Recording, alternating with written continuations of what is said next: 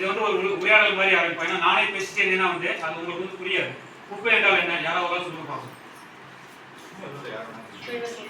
தெரிஞ்சே சொல்லுங்க.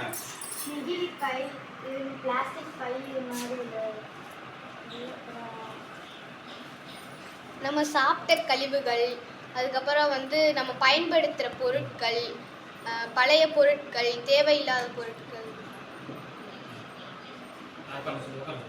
அதாவது நம்ம பயன்படுத்தி நம்ம தேவையான போடுற எல்லா பொருளுமே வந்து குப்பை தான். இப்போ நீங்க புரிஞ்சிருப்பீங்க, நம்ம சமையல் பண்றோம், காய்கறி சமைச்சது போக மீதி போடுறது குப்பை. அதே சாப்பிட்றோம், சாப்பிட்டு மிச்சத்துக்கு கீழே போட்டா அது வந்து குப்பை. பழத்தை சாப்பிட்றோம், தோலை கீழே போடுறோம், அது குப்பை. அதே மாதிரி சட்டை துணிமொழி நம்ம பயன்படுத்துறோம், கிழிஞ்சிச்சுன்னா கீழே போடுறோம், அது குப்பை.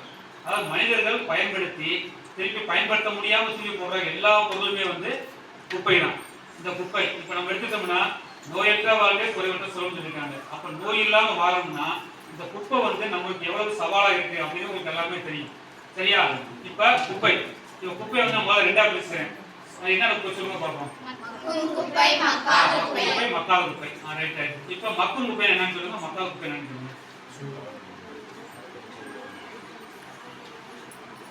அதாவது மக்கள் குப்பை வந்து நான் சொல்றேன், உங்களுக்கு புரியுற மாதிரி சொல்றேன். 4 பிரிவா பிரிச்சுக்கலாம்.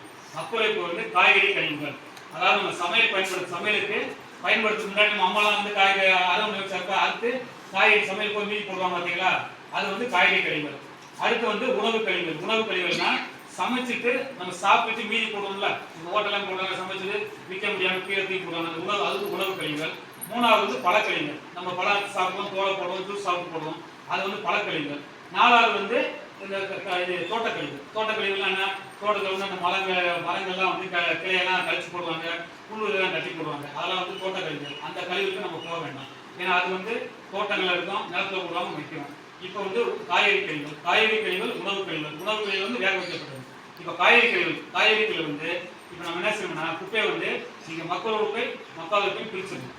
மக்கள் குப்பை, மக்காத குப்பை வந்து ஏன் பிரிச்சு வந்து நம்ம கொடுக்க சொல்றாங்க அப்படின்னா, நீங்க வந்து குப்பை வந்து முன்னாடி குப்பை வந்து கீழே போட்டே வச்சுங்களேன், கீழே போட்டா என்ன வரும், நீங்க அப்படியே கொடுத்தா என்ன உங்களுக்கு வந்து தீங்கு வந்து சொல்லுங்க. குப்பை கீழே போய் வச்சுங்களேன், அது என்ன செய்யணும், மக்கள் குப்பை, மக்காத குப்பை எல்லாம் கலந்து கீழே போட்டுருவீங்க. அதை போட்டோன்னா எல்லாருக்கும் உணவுகளை சாப்பிடுறது, அதில் உணவு இருக்குல்ல, இப்போ நம்மளுக்கு பயன்படாது, இன்னொரு உயிரினங்கள் பயன்படும். இப்போ அதில் என்னன்னா ஈ உட்காரும். அடுத்து வந்து அதில் வந்து தண்ணி கொஞ்சம் தேங்கிச்சுன்னா கொசு வரும். அடுத்து என்ன செய்யணும்னா கொஞ்சம் அதை கொசுவை பார்த்துட்டு ஈரத்தை பார்த்துட்டு தவளை வரும். அடுத்து எலி வரும். இவ்வளோ வருமா? அப்போ எலியை சாப்பிட்றது என்ன வரும்? எலியை சாப்பிட்றதுக்கு பாம்பு வரும். தவளை சாப்பிட்றதுக்கு பாம்பு வரும். வருமா? அப்ப இந்த காரணங்களை உருவாக்குறது யார் காரணம்? நம்ம தான். இந்த குப்பை நம்ம கீழே ஓடாம அப்படி நேரடியாக நம்ம குப்பை பிள்ளைங்க கொடுத்தோம்னா